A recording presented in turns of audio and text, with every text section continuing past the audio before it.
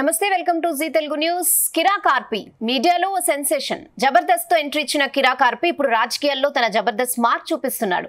నెల్లూరు చేపల పులుసుతో ట్రెండ్ సృష్టించిన ఆర్పి ఎన్నికల ముందు వైసీపీని చెడుగుడాడాడు. ప్రధానంగా మాజీ మంత్రి రోజానైతే రోడ్డున పడేశారనే చెప్పొచ్చు. ఇక ఇప్పుడు వేణుస్వామి అంతు చూస్తానంటున్న కిరా కార్పి జీ తెలుగు న్యూస్ స్టూడియోలో ఉన్నారు. అసలు ఆర్పి గారు ఈ వ్యూస్ ఏంటి, ఈ విషయాలన్నిటి మీద డైరెక్ట్ గా ఆయన్ని అడిగి తెలుసుకుందాం. నమస్తే ఆర్పి గారు, ఎలా ఉన్నారు? బాగున్నాను. అవును, ఎప్పుడు భలే జబర్దస్త్గా ఉంటూ ఉంటారు. సో అంటే పర్టికులర్గా ఎవరినైనా టార్గెట్ చేయాలని అనుకుంటూ ఉంటారా, లేకపోతే అలా ఫ్లోలో వెళ్ళిపోతూ ఉంటారా? ఎవరైనా మంచోడు అయ్యుండి నేను టార్గెట్ చేస్తే ఎదవైపోతాడా? కాదండి, ఇప్పుడు మనం టార్గెట్ చేసిన వాళ్ళందరూ ఎదవైపోతారా? మా చెడు మీద మంచి గెలవాలని కోరుకుంటాం అంతే. అంత మాత్రం టార్గెట్ చేస్తే వచ్చేది ఏముంటుంది? ఇప్పుడు వేణుస్వామి ఏమన్నా మంచోడా, లేకపోతే రోజా ఏమన్నా మంచోడా, కొడాల నాని మంచోడా, లేకపోతే పేరు నాని మంచోడా, ఓవరాల్గా జగన్మోహన్ రెడ్డి ఏమన్నా మంచోడా?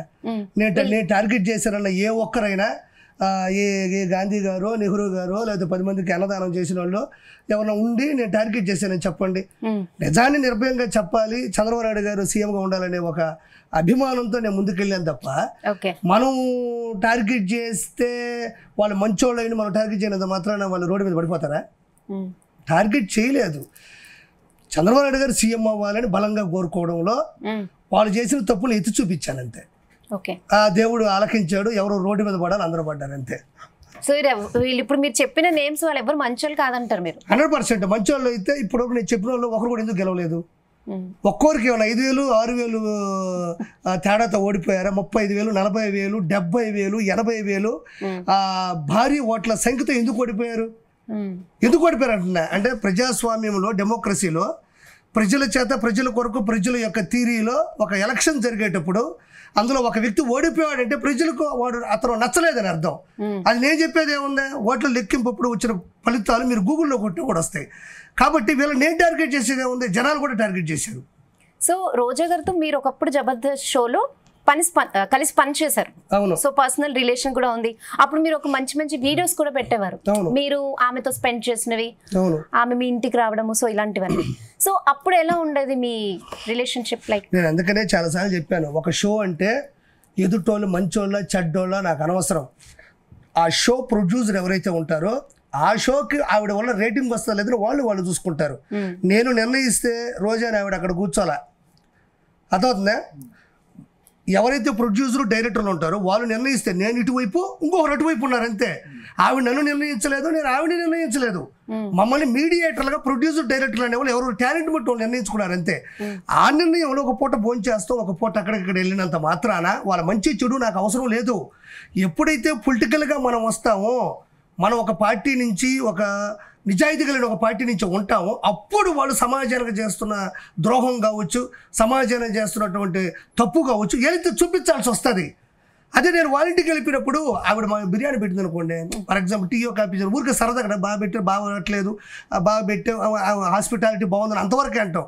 ఆవిడ మంచిది చెడ్డది కాదు అనేది నాకు టీకి, కాఫీకి, షోకి అవసరం లేదు. ఒక పొలిటికల్గా మనం కెరీర్లో అడుగు పెట్టినప్పుడు మాత్రం 100% నేను నిలదీయకపోతే నేను ఎట్లా పర్సన్ అవుతాను?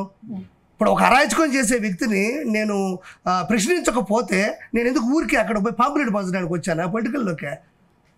సరే, మనం అద్భుతంగా మాట్లాడేంత మాత్రాన, ఏది పడితే అరిచిటేసినంత మాత్రాన ప్రజలేమి అంత పిచ్చోళ్ళేం కాదు. తప్పు, మంచి, చెడు చైతన్యవంతం చేయడంలో నేను ఒక భాగం అంతే, 100%.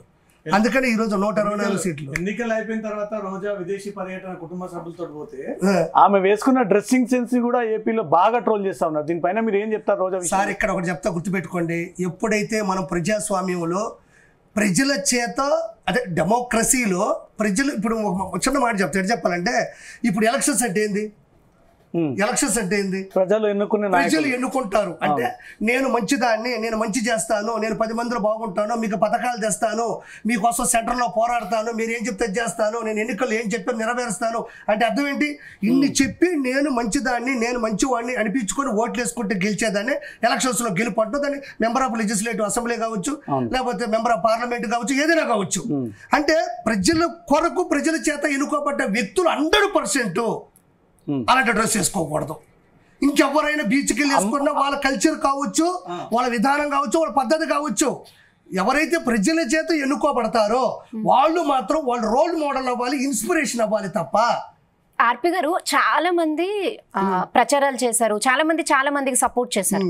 బట్ మీరు చేసిన ప్రచారం చాలా హైలైట్ అయింది, స్పెషల్లీ రోజా విషయంలో.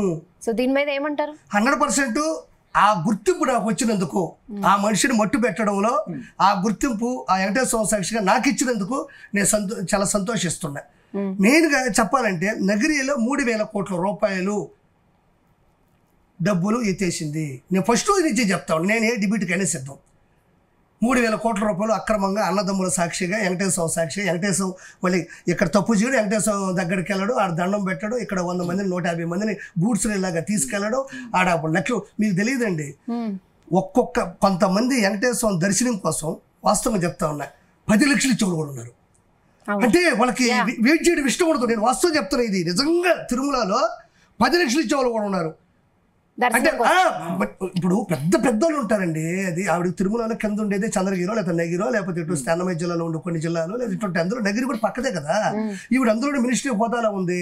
జస్ట్ రోజా గారు ఏంటంటే సార్ అంటే ఈవిడ ఇంకోటి పేరు చెప్తుంది, మన మధు అని ఒక ఉంటాడు, మనం వెంటనే ఎంత అయితే అంత అవుతామండి అది. మళ్ళీ హైలైట్ ఏంటంటే ఈవిడ కూడా వస్తే ఇంకొక ప్లస్ పాయింట్ కదా. నేను రోజాతో పాటు తిరుమలకి వెళ్ళి దర్శనం చేసుకుని వచ్చానంటే వాళ్ళ కుటుంబాల్లో వాళ్ళ పరిస్థితుల్లో వాళ్ళకున్న విధానంలో వాళ్ళకి పెద్ద పేరు వస్తుందా. కాబట్టి ఆవిడ వెళ్ళడం ఆ వెనకెళ్ళే వాళ్ళంతా చిన్న చితక వ్యక్తులు కాదు. సో ఆ విషయంలో డబ్బులు తీసుకున్నారంటారా మీరు? 100% ఆ విషయంలో తీసుకుంది. అంటే తిరుపతి దర్శనం పేరు చెప్పి రోజు 100% తీసుకుంది. ఎందుకంటే తిరుమలని ప్రేమించే వాళ్ళు విపరీతమైన భక్తులు, కోట్ల రూపాయలు ఖర్చు పెట్టే వాళ్ళు ఉన్నారు. ప్రతి క్షణం చాలా అవసరము, ప్రతి క్షణం కూడా కొన్ని కోట్ల రూపాయల విలువైన వ్యక్తులు కూడా ఆవిడ వెనక పైకి వెళ్ళారు. సో మీరు ఈ విషయాలన్నీ మాట్లాడడం వెనుక జనసేన ఏమన్నా ఉందా? ఇవన్నీ మీ పర్సనలా? దానివల్ల జనసేన ఏమన్నా ఉందా ఈ విషయాలు మీరు మాట్లాడడం వెనక? పవన్ కళ్యాణ్ కానీ ఎప్పుడైనా ఎవరైనా ఈ విషయాలపై మీతో మాట్లాడడం జరిగింది? ఎవరు నాతో మాట్లాడలే. నేను ఎలక్షన్స్ ముందు చాలా హడావుడిగా వచ్చినవాడిని. ఎలక్షన్స్ ముందు ఒక 2 నెలల నుంచి నేను విపిఆర్ గారి కోసం కానీ వీళ్ళందరూ కూర్చొని నేను మాట్లాడినవాడిని. వీటిని నేను అంచనా వేయగలను. నేను నాకెవడో చెప్పక్కర్లేదు. 140 నుంచి 160 సీట్లు వస్తాయని చెప్పిన ఫస్ట్ వ్యక్తి నేనే. చూడండి మీరు ఎక్కడికెళ్ళి ఇంటర్వ్యూలని చూస్తే 145 to 160 సీట్లు వస్తాయని చెప్పింది నేను. చివరి రోజులు ఆరాం వస్తానని ఒక వ్యక్తి, డబ్బులు కమ్ముడు పోయిన వ్యక్తి 90 నుంచి 110 సీట్లు వస్తాయంటే ఒక 10 మందికి హై రేంజ్ వాళ్ళకి మెసేజ్ పెట్టాను నేను. సార్ చిన్న మీరు టెన్షన్ పడద్దు, అంటే పొలిటికల్గా మెంబర్ ఆఫ్ లెజిస్లేటివ్గా వచ్చి వీళ్ళందరూ కూడా నిలబడ్డప్పుడు ఎంతో కొంత భయం ఉంటుంది కదా. నేను పెట్టి అది నా పర్సనల్లో సార్ 100% మనం గెలవబోతున్నాం 145 to 160 అని నేను పెట్టాను. ఎందుకంటే నేను జనాల్లోకి వెళ్ళి విపిఆర్ గారితో తిరుగుతున్నప్పుడు, నేను జనాల్లోకి వెళ్ళినప్పుడు అందరిది ఒకే మాట.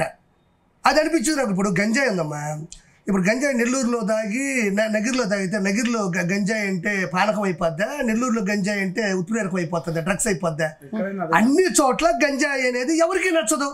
అది యూనివర్సల్గా ఎవరికి నచ్చలే. అందుకని 164 సీట్లు ఇటు వచ్చినాయి, 11 సీట్లు అటు వచ్చినాయి. ఆరమస్తాన్ కూడా క్లియర్గా చెప్పలేదు కదా టీడీపీ కూటమి వస్తుందని, మెజారిటీ ఇవ్వలేదు కదా. 90 నుంచి 110 చెప్పాడు కదా, 95 to 110 వస్తాయని చెప్పాడు. నేను 145 to 160 వస్తాయి. ఎందుకంటే చంద్రబాబు గారి చరిష్మా, పవన్ కళ్యాణ్ గారి త్యాగం, టీడీపీలో మన బీజేపీ లాంటి మంచి కూటమి సెంట్రల్లో ఉండడం, ఇంకోటి ఈ బూతుల సామ్రాజ్యం, శ్రీరెడ్డి. నేను మొన్న కూడా ఒక ఇంటర్వ్యూలో చెప్పానండి, వైఎస్ఆర్సీపీ ఓడిపోవడానికి రీజన్ పోలింగ్ బూతులు కాదు, రోజారెడ్డి శ్రీరెడ్డి బూతులు. కేవలం వైఎస్ఆర్సీపీ ఓడిపోవడానికి రీజను 100% పోలింగ్ బూతులు కాదు, అంటే ట్యాంపరింగ్. పోలింగ్ బూతులు కాదు, వైఎస్ఆర్సీపీ నాయకుల బూతులు. ఇద్దరిని ఒక రాజకీయ నాయకులు కాకుండా మహిళగా ఎందుకు చూడండి మీరు? వాళ్ళ డ్రెస్సింగ్ ఏది వేసుకోవాలనేది కూడా మీరే డిసైడ్ చేయాలా? ఎవరు? ఇప్పుడు మీరు అన్నారు కదా 100% ఒక ప్రజాప్రతినిధి ఆ రకమైన డ్రెస్ వేసుకోవద్దు అని. ఆమె వ్యక్తిగత విషయం కదా, ఆమె ఏ డ్రెస్ వేసుకున్నా దాన్ని మీరెందుకు పదే దాన్ని? పవన్ కళ్యాణ్ గారు 3 పెళ్లిళ్ళు చేసుకోవడం ఆయన వ్యక్తిగత విషయం కాదా? పవన్ కళ్యాణ్ గారు 3 పెళ్లిళ్ళు చేసుకోవడం వ్యక్తిగత విషయం కాదా? దాని గురించి కంపేర్ చేయండి, మాట్లాడండి. ఆవిడ రమ్మని డిబేట్కి రమ్మనంటే నేను మొత్తుకుంటున్నా, రోజు వచ్చి అదే డిబేట్లో కూర్చోమని చెప్పండి. నేనదే ఇప్పుడు ఒక వ్యక్తి కొత్తగా వచ్చి ఇప్పుడు అమెరికాలో ఉన్నాడండి, లోకేష్ బాబు అమెరికాలో పెట్టిన ఏడో ఉన్నాడండి. రాగానే కొంచెం తడబడితే దాని మీద ఎన్ని ట్రోల్స్ చేయలేదు, ఎన్ని మీమ్స్ చేయలేదు వైఎస్ఆర్సీపీ వాళ్ళు. అది అతని వ్యక్తిగత విషయం కదా. పవన్ కళ్యాణ్ గారు 3 అదే నేను చెప్తున్నా. నేనేందమ్మా, నేను జబర్దస్త్ స్టేజ్ ఎక్కినప్పుడు కూడా నాకు తెలుగు వచ్చినా, నాకు ఎంతో కొంత దాని మీద ప్రేమ ఉన్నా, నేను కొన్ని స్కిట్లు కూడా చాలా భయపడిపోయేవాడిని. ఆ తర్వాత స్వేచ్ఛ వచ్చింది, ఫ్రీడమ్ వచ్చింది, దాని మీద పూర్తి పట్టు వచ్చింది. ఆ తర్వాత నేను స్టేజ్ ముందు కూడా 5 నిమిషాల స్కిట్ ఇక్కడ రోజులు చాలా ఉన్నాయి. పవన్ కళ్యాణ్ గారు మూడు పెళ్లి చేసుకోవడం, పవన్ కళ్యాణ్ గారు ఏమన్నా ఒక 3000 టన్నులు ఎర్రచందనం వెతికెళ్ళిపోయినాడా?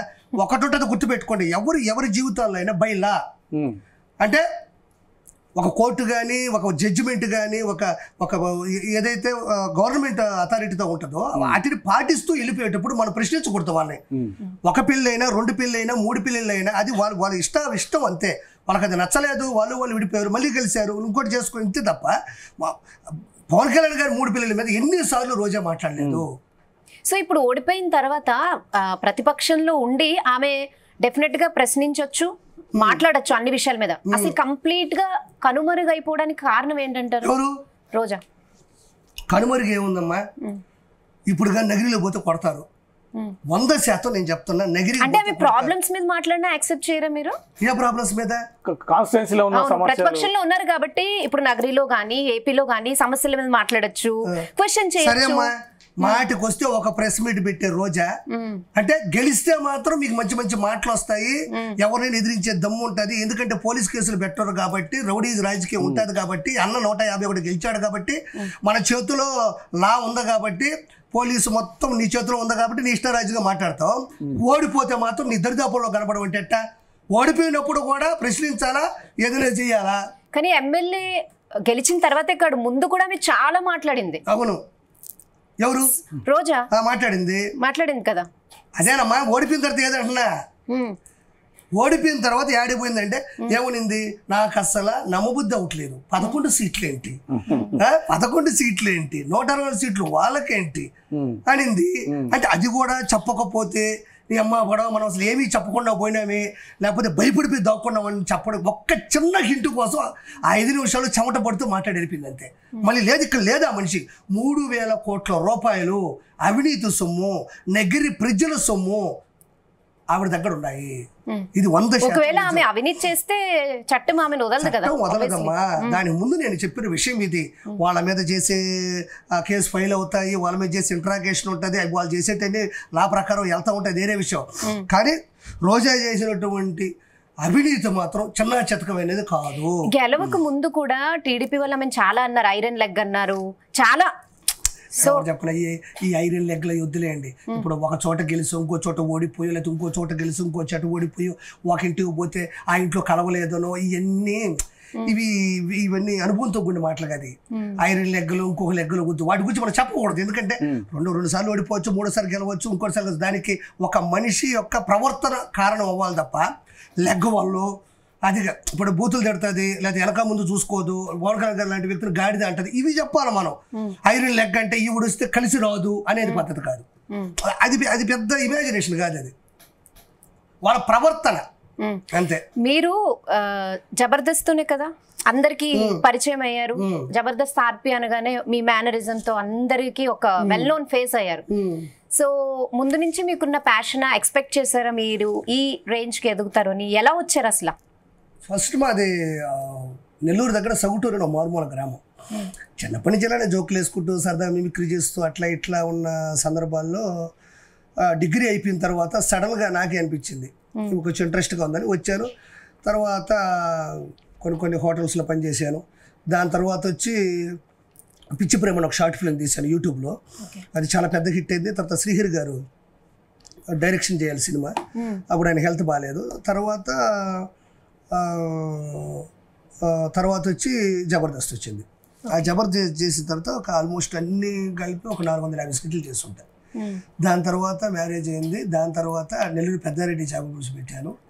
దాని తర్వాత చివరగా పొలిటికల్కి వెళ్ళింది. నెక్స్ట్ వేణుస్వామి టాపిక్ వెళ్దాం. వేణుస్వామి టాపిక్ లో ముందు నుంచి మొదట బాగా వ్యతిరేకించింది మీరు, తర్వాత సీమరాజు. ఆ కామెడీ సీన్ ఇప్పటి కూడా యూట్యూబ్ లో కొడితే ఎంత కొన్ని లక్షల వ్యూస్ ఉన్నాయి దానికి. ఈ వేణుస్వామి విషయంలో మీ అభిప్రాయం ఏంటి? అసలు అతను వ్యవహరిస్తున్న తీరేంటి? ఇతను వ్యక్తిగత జీవితాల్లోకి వచ్చి చెప్పిన జ్యోతిష్యం ఏంటి? ఏం చెప్తారు ఫైనల్ గా? సార్ 100% వేణుస్వామి అనే వ్యక్తి ఒక మాఫియా. 100%. నేను ఒక మాట చెప్పిన తర్వాత మళ్ళీ వెనక్కి తీసుకోను. మాఫియానే అంటారు అని గట్టిగానంత మాత్రం. దమ్ముంటే టీబీటీ పిలిపించండి, నేను సిద్ధంగా ఉన్నా. 24 గంటలు నా నెంబర్ మీ దగ్గర ఉంది. వేణుస్వామిని మీరు డిప్యూటీకి తీసుకోరండి, నేను కోరుకుంటాను, నాకేం భయం లేదు. నేను అడిగే ప్రతిదానికి క్వశ్చన్ చెప్తాను. ఆయన సెలబ్రిటీలనే ఎందుకు టార్గెట్ చేస్తున్నాడు అంటారు? సెలబ్రిటీలే అని మీరు ఎందుకు అన్నారు? సెలబ్రిటీలు ఎందుకు టార్గెట్ చేస్తున్నారు? సెలబ్రిటీలు అంటే అంత ఈజీగా సెలబ్రిటీలు అయిపోతారా? ఓ 10 మంది ఫోటో దిగాలన్నా, ఒక 10 మంది 10 సినిమాలు చేయాలన్నా, 10 మందిలో గుర్తింపు ఉండాలన్నా, అది చిన్న చిత్తగా జీవితం అనిపిస్తే కానీ ఎవరుగా. ఇప్పుడు ఆధార్ కార్డు తీసుకున్నది ఈజీ కాదు కదా, ఈ ఐడెంటిటీ కార్డు, ఒక సెలబ్రిటీ ఐడెంటిటీ కార్డు తీసుకోవడం. సో నేనేమంటానంటే అతను చేసేది 100% మీరు నాకు తెలిసి అమరావతి సినిమా చూసారా? చూసారు కదా. అనసూయలో ఏముంటది, రవిబాబు గారు ఎవరు ఇష్టపడతారు, అమ్మాయిని చంపేస్తారు, ఏదో కాలేజీకి రాసి ఇచ్చేస్తారు కళ్ళు అన్ని, అమ్మాయిని పోస్ట్ మార్టం చేస్తారు, అవన్నీ తీసుకొని వచ్చి మళ్ళీ ఒక పాపకో ఎవరికో పెడతారు. అదే కదా లైన్. దీంట్లో ఏముంది కథ, ఓవరాల్ గా ఏంది? సైకోయిజం అంతేనమ్మా. అమరావతిలో ఏముంటది, పట్టుపోయి బిడ్డని తీసుకొచ్చి ఏదో లైన్ ఉంటది. మీరు సైకో సినిమాలన్నీ చూడండి, వాడు దేనికో ఒకదాన్ని సిమిలర్ గా పరిగెడతా ఉంటాడు. మీరు 100% రాక్షసుడు సినిమా చూడండి, ఒక బొమ్మ పెడతాడు, బిడ్డను తీసుకెళ్లిపోతాడు, అంతేనా నేను చెప్పింది? ఆ చిన్నప్పుడు ఏదో వాడిని చూసి ఏదో కిండల్ చేశారని చెప్పేసి, అంటే సైకో చేసేదంతా కూడా హై రేంజ్ వాళ్ళ మీద, అంటే హై రేంజ్ వాళ్ళ మీద వాళ్ళ ఎఫెక్ట్ ఎక్కువ చూపిస్తారు.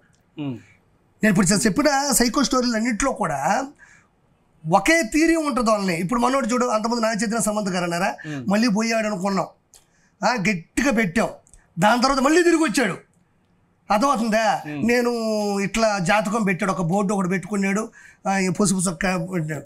నేను ఒకటే ఒక మాట మాట్లాడతా, సెలబ్రిటీలు పెట్టడం వల్ల ఎందుకు పెడతారంటే ఒక సామాన్య మానవుడు అట్లా టార్గెట్ చేయలేడు, ఎందుకంటే వాడు చెప్పు తీసుకొని కొడతాడు ఇంటికి వచ్చి. అదే సెలబ్రిటీలు అనుకోండి, హై రేంజ్ వాళ్ళు ఏం సమాధానం చెప్తే ఏమంటే మళ్ళీ మనం సమాధానం చెప్పగలమా, వాడిని హీరోని చేయగలమా, ఇప్పుడు అంత అవసరమా అని ఆగి వాడు అలా తయారయ్యాడు, అంతే. ఇగ్నోర్ చేస్తారు. ఇగ్నోర్ చేశారు. అంటే ఇప్పుడు ఎట్లుంటది అంటే, ఇప్పుడు సైకో అని పేరు తీశారు కదా, అది ఎవరు అంటే సైకో లాగా సైకో స్టోరీస్ అని లింక్ చేశారు కదా. అవును, అంటే ఆయన అంటున్నారా? 100% వేణుస్వామి చెప్తున్నాను. వేణుస్వామి అంటే నేను ఎప్పుడు మీకు స్వామి అని ఎవరు అనాలండి? ఒక విలువైన వ్యక్తిని అనాలా? ఇప్పుడు మన చాగంట గారిని చూస్తున్నాం, గరికపాటి గారిని చూస్తున్నాం, చాలా మంది శాస్త్రులను చూస్తుంటాం, చాలా మంది బ్రాహ్మణులు చూస్తుంటాం. వీళ్ళందరూ కూడా వదిలేనప్పటి నుంచి భక్తి శ్రద్ధలతో లైవ్లో కూర్చొని దేవుడు అంటే ఏంది, అంతరాత్మ అంటే ఏంది, ఆత్మశుద్ధి అంటే ఏంది, ప్రవర్తన పరివర్తన అంటే ఏంది, వీటి గురించి అనర్గళంగా ఒక రమణ మహర్షి గారి గురించి, లేదా అరుణాచల ప్రదర్శన గురించి, లేదా వెంకటేశ్వర స్వామి గురించి, లేకపోతే శ్రీశైలం మల్లన్న గురించో, లేదా కాళహస్తి, ఇవి కదా చెప్తారు. ఏ రోజైనా ఈ వ్యక్తి అనర్గళంగా ఒక బ్రాహ్మణుడై ఉండి ఒక అనర్గళంగా దేవుడు సంబంధించినటువంటి ఒక శ్లోకం కానీ, ఒక పద్యం కానీ, ఒక కీర్తన కానీ చెప్పి దాన్ని విధిశీకరించి విశ్లేషించాడా?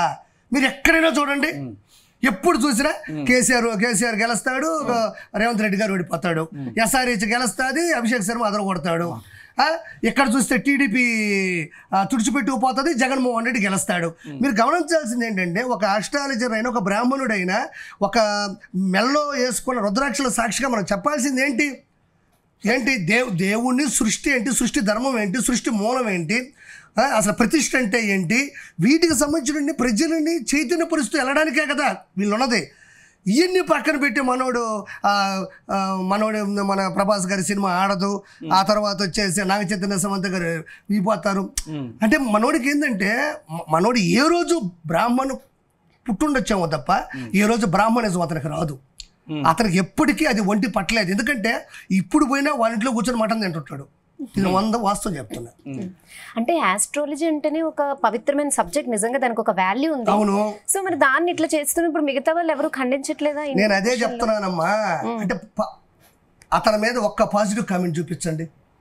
మీరు ఇది మొత్తం వీడియో పెడతారు కదా, ఒక్క పాజిటివ్ కామెంట్ చూపించండి. జనాలందరూ చైతన్యవంతులే, జనాలందరికీ ఇది తెలుసు. మనోడు పెద్ద అష్టదరిద్రుడు అన్న సంగతి అందరికీ తెలుసు. కాకపోతే దీని మీద నిర్ణయం తీసుకోవాల్సింది ఎవరు? గవర్నమెంట్ తీసుకోవాలి. ముఖ్యంగా మనం బాగా మెచ్చుకోవాల్సింది, హర్షించాల్సిన వ్యక్తిత్వం ఏంటంటే మంచు విష్ణు గారు. ఆయన వెంటనే మానించి వెంటనే తీసుకొని గట్టిగా వార్నింగ్ ఇచ్చాడు. మనోడికి అర్థమైపోయింది. అంటే అమ్మా, మీరు ఎరిసినా, నేను ఎరిసినా, ఈయన ఎరిసినా దానికి అథారిటీ ఉండదు, ఐడెంటిఫికేషన్ ఉండదు, ఒక వాగ్వివాదం ఉంటుంది అంతే. లేదా అనుకుంటే ఆ వాక్చాతుర్యం అయిపోద్ది. మాలో ఉండేటువంటి విష్ణు గారు అంటే ఫోన్ చేసి చెప్పాట, గట్టిగా వేసినట్టున్నాడు. మనోడు మాత్రం విష్ణు గారు చాలా సరదాగా, ఏంది ఈడు చేసిన డకాయిటి పనుల కంటే సరదాగా మాట్లాడాడంట విష్ణు గారు. గట్టిగా తిట్టుంటాడు. ఇప్పుడు ఎవరైనా ఆయన ఇంట్లో ఆడపిల్లకాయలు ఉండారు, మన ఇంట్లో ఉండారు, ఎవరైనా ఒకటే కదా. అలాంటిది విష్ణు గారు మనోడికి ఫోన్ చేసి అంట సరదాగా కూలంకుషంగా కాసేపు మాట్లాడి ఏ స్వామి ఎట్టుండవు తినేవా లేదని అడిగినాడంట. అట్ట అడగతారా?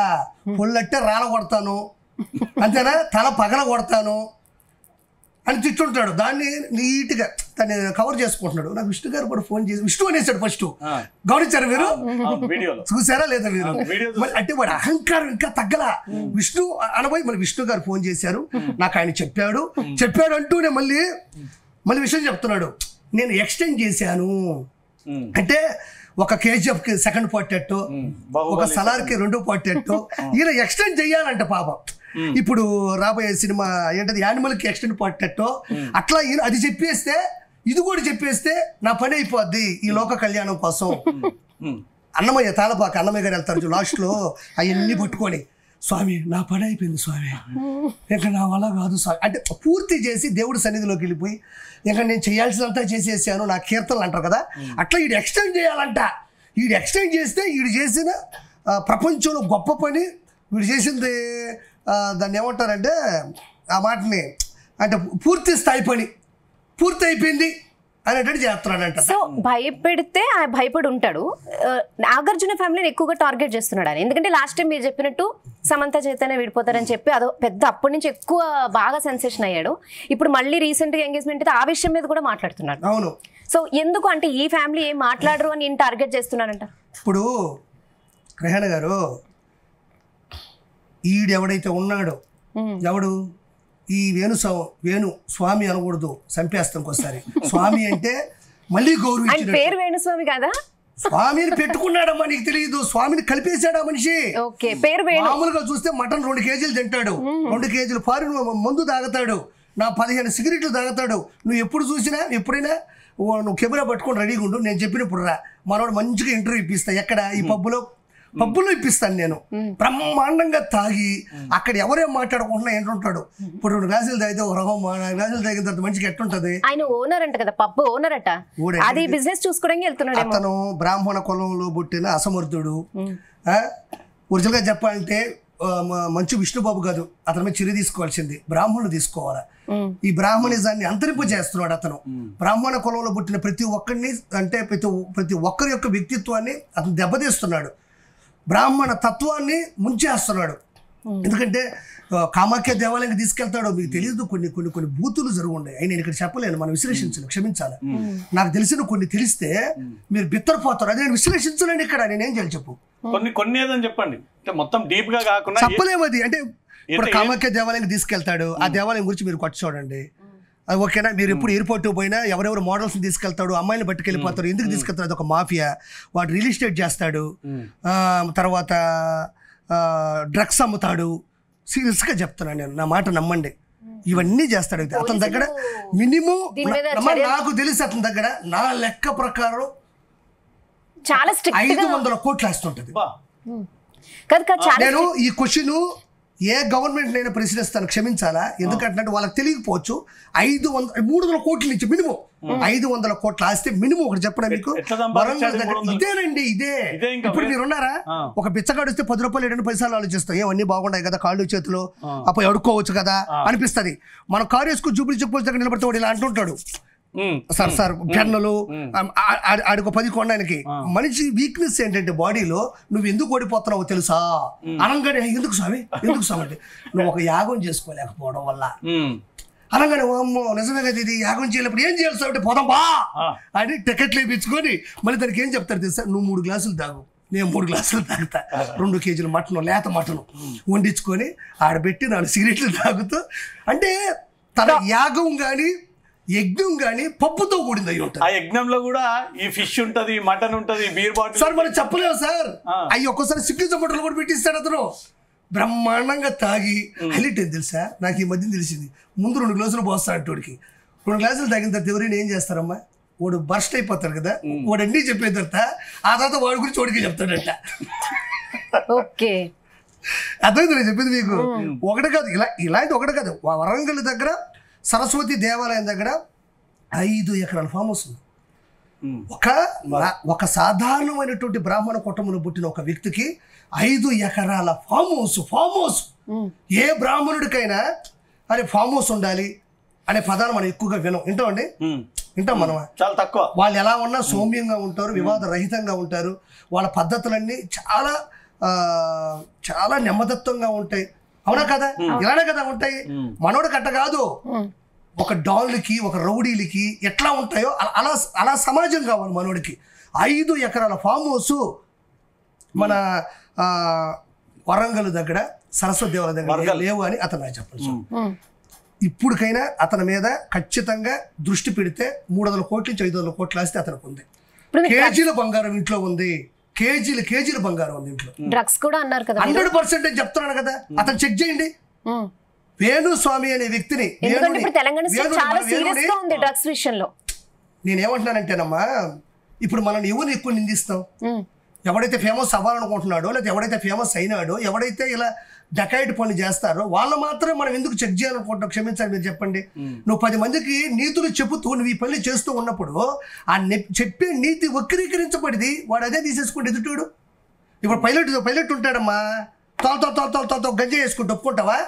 అలాంటి బ్రాహ్మణుడు కూడా తన సదుద్దేశంతో సద్వినియోగం చేసే మాటలు చెప్తున్నప్పుడు అతను సత్ప్రవర్తనతో ఉండాలి.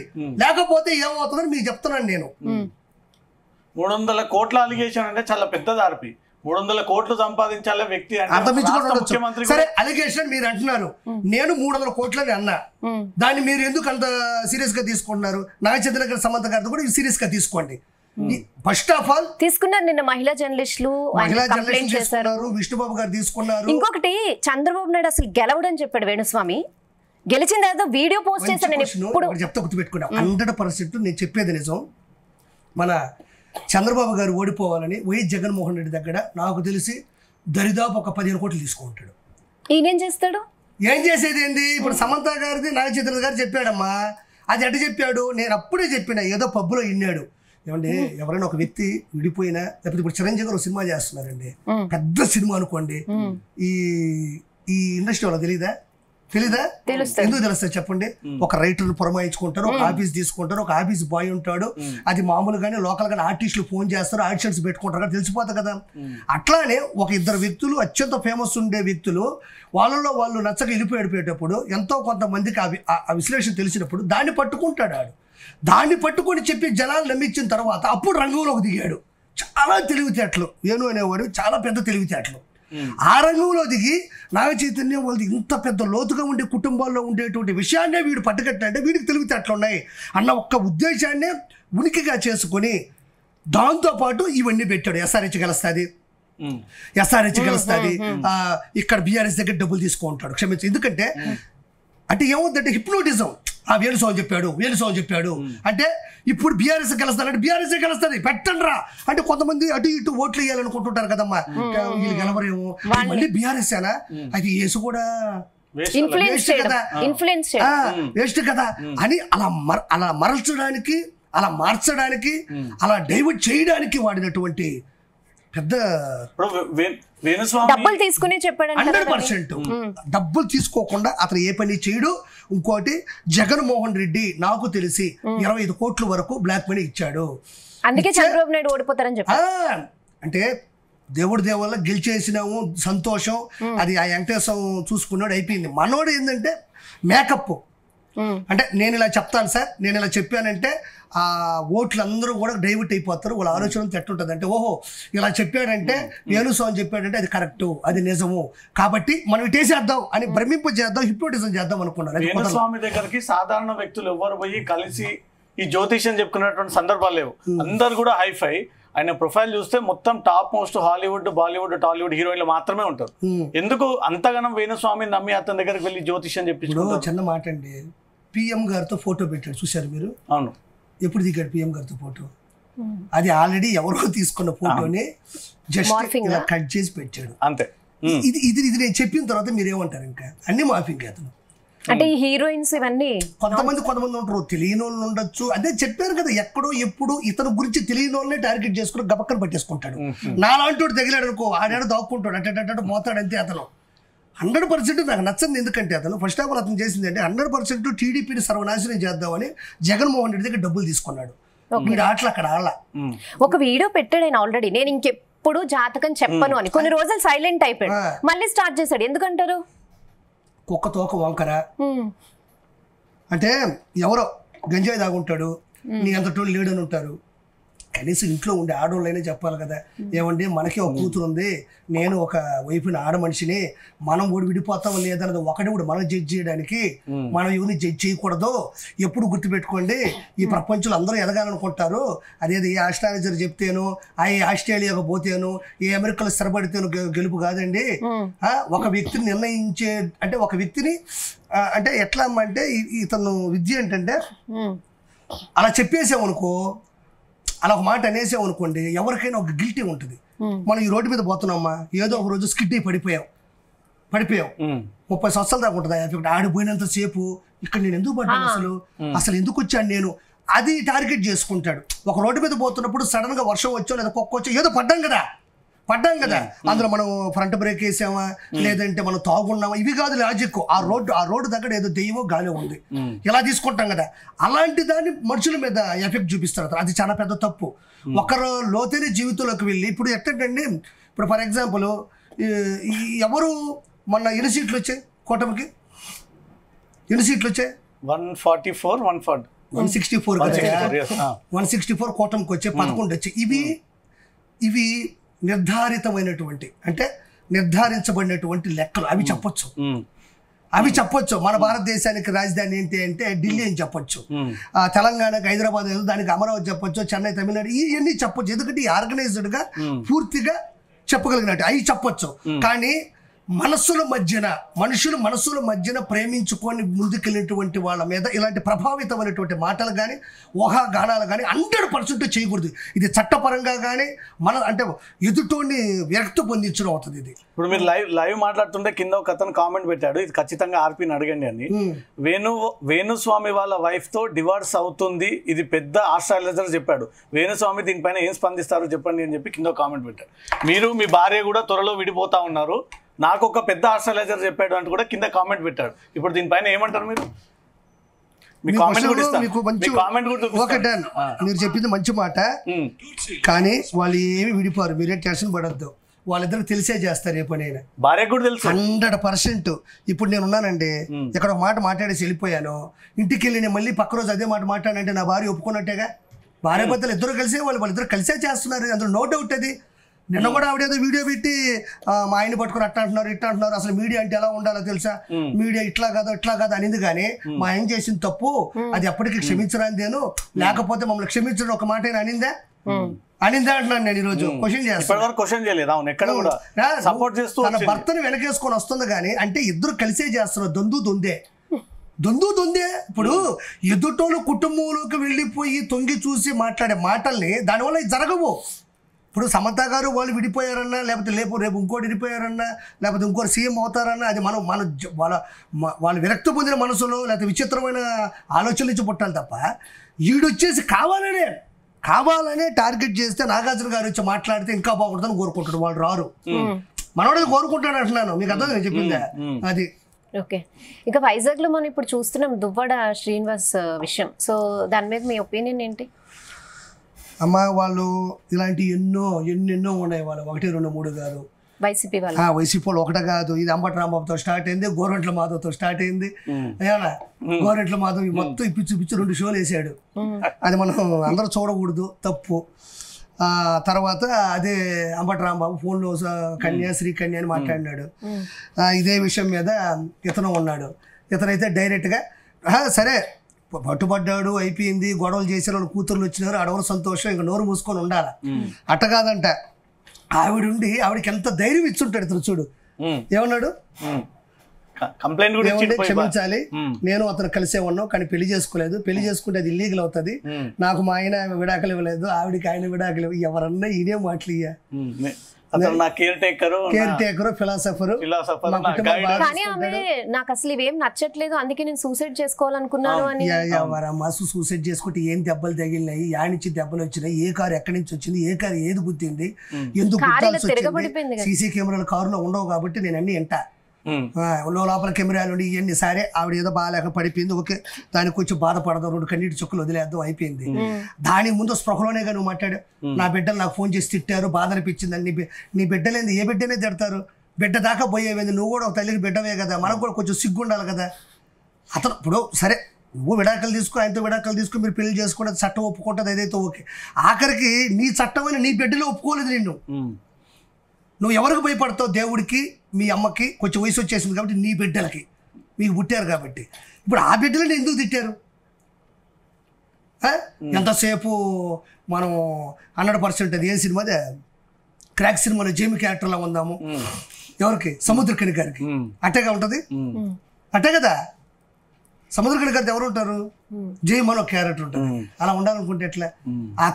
అతనంటే ఆ సినిమాలో ఒక రౌడీ క్యారెక్టర్ అయి ఉంటుంది కాబట్టి నువ్వు ఏది చేయనా చెల్లుబాటు అవుతుంది. ఇక్కడ ప్రజాస్వామ్యంలో మెంబర్ ఆఫ్ లెజిస్లేటివ్ కౌన్సిల్లో ఎమ్మెల్సీగా ఉన్న మీరు ఈ విధంగా అనడం అనేది కనీసం భార్యనే ఇంట్లోకి రానియలేదు, పిల్లల్ని ఇంట్లోకి రానియలేదు, 3 రోజుల పాటు ఇంత ముందే టెంట్ వేసుకొని కూర్చున్నారు. మరి నా భార్య నా పిల్లలని పిలిపించి కనీసం గౌరవంగా మాట్లాడలేదు. రానిపోవడం కాగా తిరిగి వాళ్ళ మీద కేసు పెట్టారు, నా భార్య కూతురులను అరెస్ట్ చేయమని.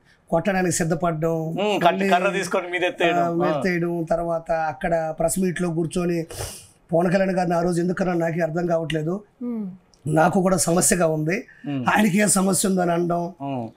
ఒకటే కాదులేండి, ఇలాంటి కొన్ని ఇంకా చాలామంది రాసలీలు బయటకు వస్తాయి, చాలామంది బోగతలన్నీ బయటకు వస్తాయి, అందులో నో డౌట్. ఇవి మచ్చుతోలకి ఇవి ఇంకా చాలా ఉన్నాయి వాళ్ళవి. అంటే అన్ని వైసీపీ వాళ్ళ నుంచే 100% ఉంటాయి. ఎందుకంటే 100% వాళ్ళు నెక్స్ట్ గెలిచేది కూడా మనమే, ఇంకా తిరుగు లేదు.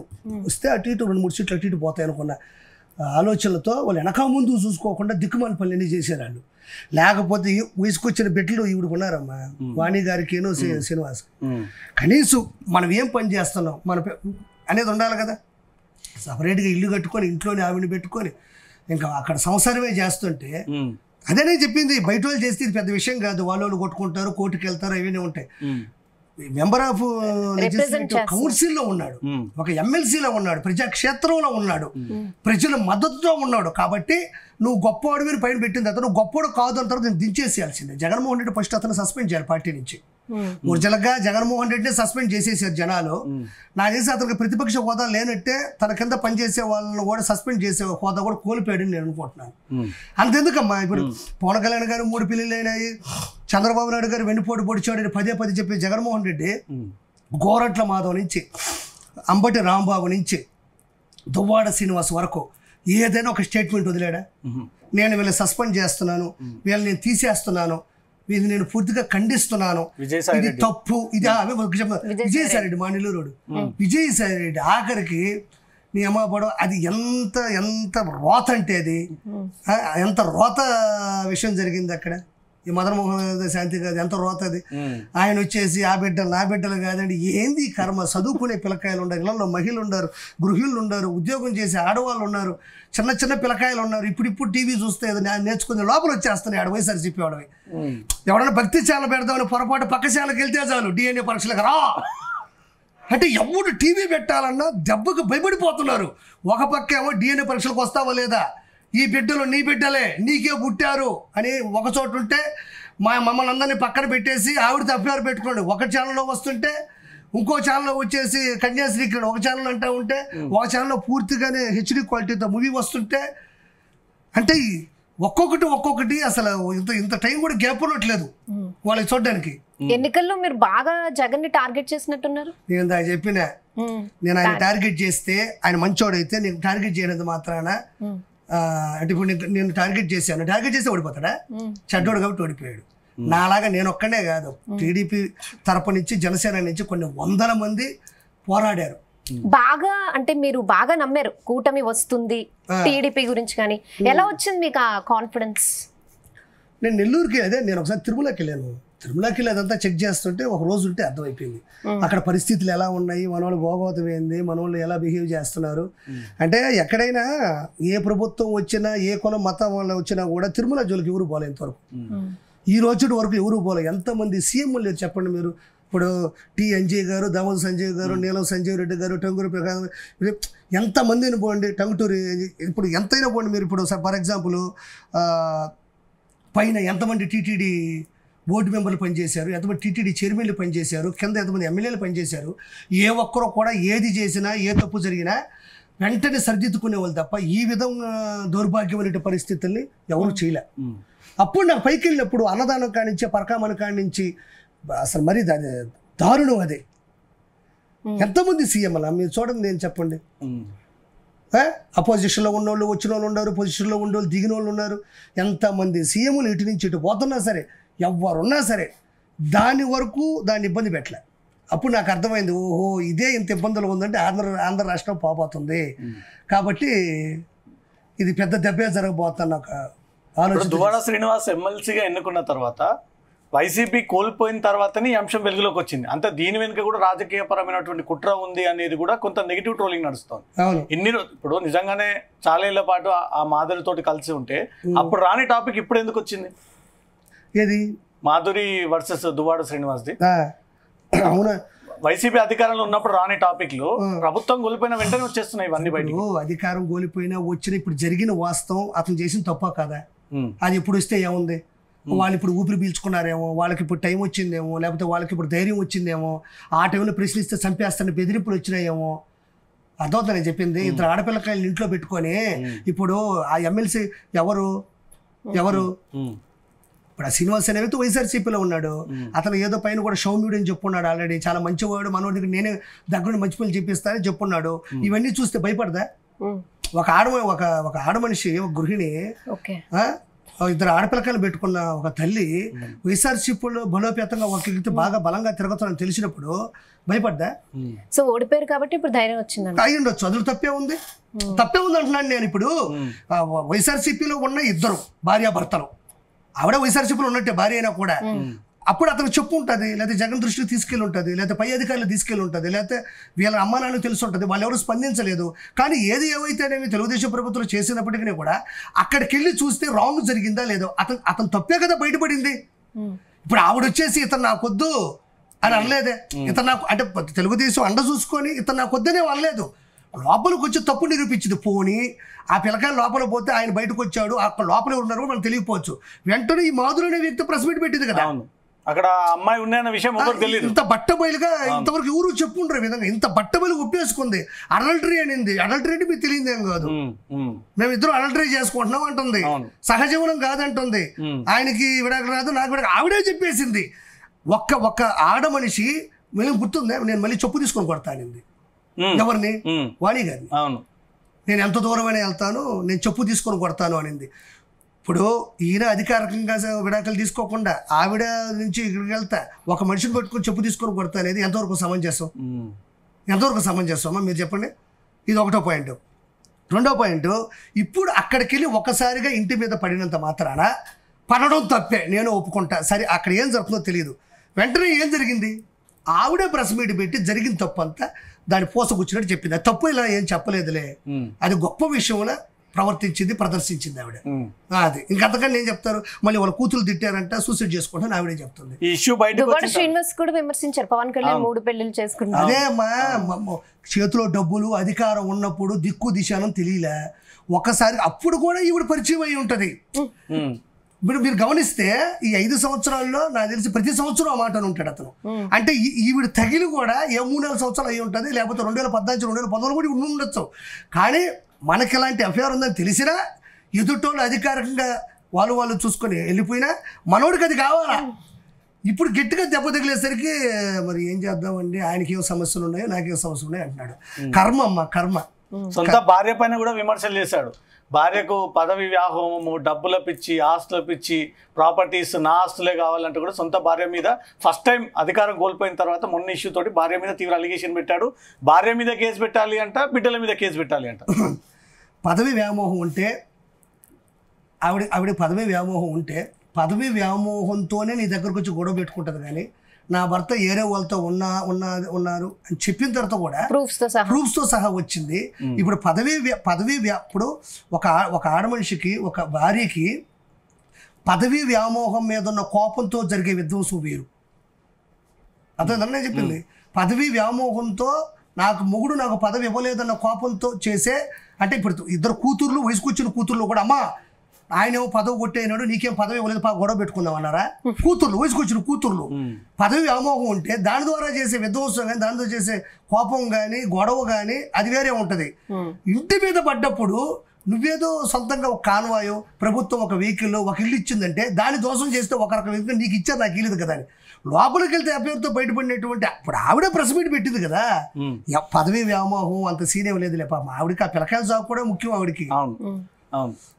ఇప్పుడు కూడా అదే ఆ పిల్లకాయలు ఏమంటారంటే నాకు మా నాన్న కావాలి, ఆవిడ వద్దు, అది చేదాటిపోయింది. అది లాస్ట్కి మాదిరి కూడా చేయెత్తేసినట్టుంది, నేను మోసపోయాను, నాకు ఎవ్వరు సపోర్ట్ లేరు, నమ్ముకున్న వ్యక్తి కూడా ఇప్పుడు రావట్లేదు అని. అంటే ఇప్పుడు సీన్ అర్థమై ఉండొచ్చా? అంటే ఒకటి సార్, మనకి ఎట్లుంటుందంటే వెనక 2-3 ఎదవలు ఉంటారు, వాళ్ళు చెప్పగానే గొప్ప అనుకుంటాం. ఒక్కసారిగా మన రక్త సంబంధికులు, మన పిల్లలు, మన కుటుంబ సభ్యులు కొంత గట్టి ఉంటారు, వాళ్ళు వేసే టైంకి అర్థం అవుతుంది. హ్యాంగ్ ఓవర్ నుంచి బయటకు వస్తాం, అప్పుడు తెలిసింది ఆవిడకి. ఆవిడ కూడా నాకు తెలిసి భూదందాలు అయినా చేస్తుంటది. వైఎస్ఆర్సీపీ అని చాలా కామన్ అండి. వైఎస్ఆర్సీపీ లీడర్ అంటాం, మహిళా మండలి అధ్యక్షురాలు, ప్రెసిడెంట్. నాకు తెలిసి గొప్ప ఫిలాసఫర్. ఏంటంటే నాకు ఇప్పుడు అర్థమైంది, మహిళా మండలి అధ్యక్షులుగా పనిచేశారని చెప్తున్నారు చాలా మంది, నిజమో లేదో నాకు తెలియదు. మహిళా మండలి అధ్యక్షురాలుగా ఆవిడ తీసుకున్న గొప్ప పథకం కానీ గొప్ప ఫిలాసఫీ ఒకటి ఉంది. ఏంటంటే నీకు పెళ్ళి అయింది కానీ విడాకులు కాల, నాకు పెళ్ళి అయింది కానీ విడాకులు కాల, మన ఇద్దరు కలవచ్చు. ఇది గొప్ప పథకం, వైసీపీలో పథకం. రెండోది ఏంటంటే ఆవిడ ఫిలాసఫీ, ఆవిడ అనింది కదా, అంటే ఒక మహిళా మండలి అధ్యక్షురాలుగా ఆవిడ పొందిన హక్కు ఎదుటోళ్ళకి చెప్తున్న వాక్కు. ఆవిడ ఎక్స్పెరిమెంట్ చేసిందమ్మా వైఎస్ఆర్సీపీలో మహిళా మండలి. అంటే కొంతమంది గురించి అందరినీ అనడం కూడా కరెక్ట్ కాదని అంటే మీరేం చెప్తారు దానికి? మరి వైసీపీలో అందరూ అలా ఉండరు కదా. అందరని ఎవరు చెప్పారు? నేను దందాలు, భూదందాలు, ఇసుక దందాలు వాడి గురించి చెప్పాను అంతే. నేను అందరూ నడి చెప్తాను పాపం. అందరు లేడీస్కి ఇప్పుడు అలా అనుకుంటే దువ్వాడ శ్రీనివాసుల వైఫ్ కూడా మొన్నటిదాకా వైఎస్ఆర్సీపీయే. ఆమె నేను తప్పుగా మాట్లాడానా? ఇప్పుడు గోరంట్ల మాధవ్ వైఫ్ గురించి మాట్లాడానా? అంబటి రాంబాబు వైఫ్ గురించి మాట్లాడినా? జగన్మోహన్ రెడ్డి వైఫ్ గురించి మాట్లాడానా? ఇప్పుడు ఆవిడ బహిరంగంగా మహిళా మండలి అధ్యక్షులు చెప్తారు, బహిరంగంగా చెప్తా ఉండదు. మేము ఇద్దరికి చేస్తాం, ఇల్లీగల్ కదా, అడల్టరీ అనింది. ఏమన్నా ఏంది చిన్న చితక పదం అదే. రోజా డైలాగ్ ని కూడా మీరు వెటకారంగా చెప్తుంటారు. జగనన్న ఆవిడ ఏదో పెద్ద రణరంగంలో గెలిచిన అన్నం చూస్తున్నట్టుగా జగనన్న నేను అందరూ మెచ్చుకుంటున్నారన్న సెల్యూట్ అంటే, జగనన్న ఏం సాధించాడు? అసెంబ్లీలో నిద్రపోతున్న అసలు లేపడం, నిద్రపోతున్న అసలు లేపి సెల్యూట్ అంటే ఈ దేనికి సెల్యూట్ ఎవరికి కొడతారు? ఎలాంటి వ్యక్తులకు కొడతారు? ఎలాంటి వ్యవస్థకు కొడతారు? అంటే ఉచ్చి పుణ్యానికి వాళ్ళు అసెంబ్లీలో దొంగలు పంచుకున్నాడు దండుపాలెం బేతంతో కూర్చొని ఈ భజన సెల్యూట్ కొడితే ఇంకేదన్నా పదవులు ఇస్తారు, ఇంకేదన్నా చేస్తారని తప్ప దేనికి సెల్యూట్? ఓకే, సంచలనాల కోసమే ఆర్పీలో మాట్లాడుతుంటారు అనే వాళ్ళకి ఏం సమాధానం చెప్తారు? సంచలనాలు ఆర్పీ మాట్లాడిన తర్వాత సంచలనం అవుతుంది. ఎందుకంటే నేను మాట్లాడే దాంట్లో అది నిజం ఉంటుంది, నేను మాట్లాడే దాంట్లో ప్రాణ భయం కూడా ఉంటుంది, నేను వెనక్కి తగ్గను. ఇప్పుడు నేను ఇందాక వేణుస్వామి డెకాయిట్ అన్నా, నేను అందరిని అనగలనా? నేను అంటానా? ఎంతవరకు మాట్లాడాలి నాకు తెలియదా? వాడినే ఎందుకన్నాను? ఎదుటోడు కుటుంబంలోకి వెళ్ళి ఇప్పుడు అదేనమ్మా, ఇప్పుడు వాళ్ళు ఎంత డిప్రెషన్లోకి వెళ్ళి ఉంటారు. నేను కూడా చెప్తున్నా, 2 పాయింట్లు చెప్తున్నా. నాగార్జున గారికి మనస్ఫూర్తిగా 100% నాగార్జున గారి ఇండస్ట్రీలో చాలామందికి హెల్ప్ చేశారు, 100% చాలామందికి హెల్ప్ చేశారు. అందులో నాకు బాగా నచ్చింది అన్నమయ్య లాంటి ఒక సినిమా. ఒక యూత్గా ఉండి ఎక్కడ ఫారిన్ దేశాల్లో చదువుకొని ఇక్కడికి వస్తే అచ్చ తెలుగు గ్రాంధికంతో కూడినటువంటి అన్నమయ్య తాళపత్ర గ్రంథాలు కావచ్చు, అన్నమయ్య గారి కీర్తనలు కావచ్చు, అన్నమాచార్యుల మీద చేయడం కానీ, వెంకటేశ్వర స్వామి భక్తుడిగా, పరమ భక్తుడిగా చేసే ఒక సినిమా తాలూకు ఏదైతే ఉందో ఆ సినిమాని యాక్సెప్ట్ చేసి ఈరోజు అది ఎంత దూరం వెళ్ళిపోయిందంటే తిరుమల కొండ మీద పాత ఉండేటివి కీర్తనలు, పాటలు అవన్నీ తీసేసి కీరవాణి గారు చేసినటువంటి పూర్తి పాటలే పైన ప్లే అవుతుంటాయి ఈ రోజుకు కూడా. అంటే వెంకటేశ్వర స్వామికి సంబంధించిన ఒక సినిమాని అప్పటి వరకు తీసింది వేరు, నాగార్జున గారు ఒప్పుకున్న తర్వాత దాన్ని తీసి జనాలకు తీసుకెళ్ళిన విధానం పూర్తి స్థాయి వేరు. అలాంటి వ్యక్తికి వెంకటేశ్వర ఆశీస్సులు ఎప్పుడు ఉంటాయని నేను మనస్ఫూర్తిగా కోరుకుంటున్నా. ఈ వేణుస్వామి లాంటిడో లేకపోతే ఇంకొకడో వచ్చి వీళ్ళు విడిపోతారు, వాళ్ళు వెళ్ళిపోతారు అంత మాత్రాన నేను చెప్తున్నా నాగార్జున గారికి 100% నాగచైతన్య గారు కానీ శోభిత గారు ఇద్దరు కూడా నిండు 100 ఏళ్ళు ఆయురారోగ్యాలతో, అష్ట ఐశ్వర్యాలతో 100% ఆ దేవుని వెంకటేశ్వర ఆశీస్సులతో నాగార్జున గారి కుటుంబం వాళ్ళ పిల్లల భవిష్యత్తు ఉంటుందని నేను బలంగా నమ్ముతున్నాను అంతే నేను. ఎందుకంటే వీళ్ళు ఇలాంటి మాటల వల్ల నిన్నగాక మొన్న వచ్చిన వాళ్ళ కుటుంబాలు కొంచెం డిస్టర్బెన్స్లు కొంచెం ఉంటారు. నేను నాగార్జున గారు చెప్తున్నా 100% ఆ వెంకటేశ్వర సాక్షిగా చెప్తున్నా, మీరు అన్నమయ్య లాంటి గొప్ప సినిమా తీశారు, దానికి ఎంత త్యాగం చేస్తుంటారో, అంత ఆ వయసులో అంత అంత పెద్ద బరువైన క్యారెక్టర్ని తీసుకొని ఈరోజు సుమన్ గారు అంటేనే వెంకటేశ్వర స్వామి, ఆ సినిమా అంటేనే నాగార్జున గారు అంత స్థాయికి తీసుకెళ్ళండి. మీకు ఆ వెంకటేశ్వర స్వామి సాక్షిగా మీకు 100% ఆశీస్సులు ఉంటాయి. వాళ్ళిద్దరు చాలా మందికి ఇన్స్పిరేషన్ అవుతారు. ఓకే, వాళ్ళు గొప్ప స్థాయిని అనిపిస్తారని నా మనసుకు అనిపిస్తుంది అంతే. ఓకే, మీరు కూడా మంచి పొజిషన్లోకి వెళ్ళాలని మేము కూడా మనస్ఫూర్తిగా కోరుకుంటున్నాం. ఇంకేమైనా ఫైనల్గా ఒక మాట చెప్పాలంటే ఆర్పీగా ఏం చెప్తారు? నేనమ్మా ఇంకేమీ లేదు. ఆ వేణు అనేవాడిది ఇంకా బలమైనటువంటి కేసులు నమోదు అవుతున్నాయి. సో అతను బయటికి వెళ్ళే ప్రసక్తి ఉండదు. అతని వల్ల కొంతమంది డిస్టర్బెన్స్ అయినారు. అది మన లైఫ్లో ఇవి ఎవడో ఒక రాక్షసుడు వస్తూనే ఉంటాడు. ఆంధ్రప్రదేశ్లో జగన్మోహన్ రెడ్డి వచ్చినట్టే ఈడ ఇండస్ట్రీలో అతను వచ్చాడు. సో 100% ఆంధ్రప్రదేశ్లో చంద్రబాబు నాయుడు గారి అధికార పక్షంలో 100% మంచి పరిపాలన వస్తుంది. సో ఎవ్వరూ ఇంకా ఆంధ్రప్రదేశ్లో భయపడనక్కర్లేదు. ఒక్కొక్క పని చేసుకుంటూ వస్తున్నారు. అన్ని అప్పులు ఇచ్చేసినటువంటి జగన్మోహన్ రెడ్డి నుంచి ఒకసారిగా మనం ఆంధ్రప్రదేశ్ పూర్తిగా మార్చలేం కాబట్టి 100% ఆంధ్రప్రదేశ్ స్వర్ణాంధ్రప్రదేశ్ కాబోతా ఉంది. కాబట్టి ప్రతి ఒక్కరికి చంద్రబాబు నాయుడు గారికి ఇంకా ఆ భగవంతుడు బలమైన శక్తిని ఇవ్వాలని మనస్ఫూర్తిగా కోరుకుంటాను. జై సిబిఎన్. ఓకే ఆర్పి గారు, thank you so much. Zee స్టూడియోలో చాలా విషయాలు షేర్ చేసుకున్నందుకు మాతో. సో చూసారు కదండి, ఆర్పితో స్పెషల్ చిట్ చాట్. మొత్తానికి వేణు స్వామి లాంటి వాళ్ళు ఆస్ట్రాలజీ పేరు చెప్పి చాలా నీచంగా మాట్లాడుతున్నారు. అలాంటి వాళ్ళని నమ్మొద్దు, అవి ఇన్ఫ్లుయెన్స్ కూడా చేయవు. ఇకపై ఆయన మీద చాలా చర్యలు ఉంటాయంటున్నారు. అలాగే ఏపీలో కూటమి ప్రభుత్వం నిజంగా చాలా సక్సెస్తో ముందుకెళ్తుంది, స్వర్ణాంధ్రప్రదేశ్ అవుతుంది అని ఆర్పి మాటల్లోనే విన్నాం. ఇది ఆర్పితో special chit chat. Stay tuned to Zee Telugu news.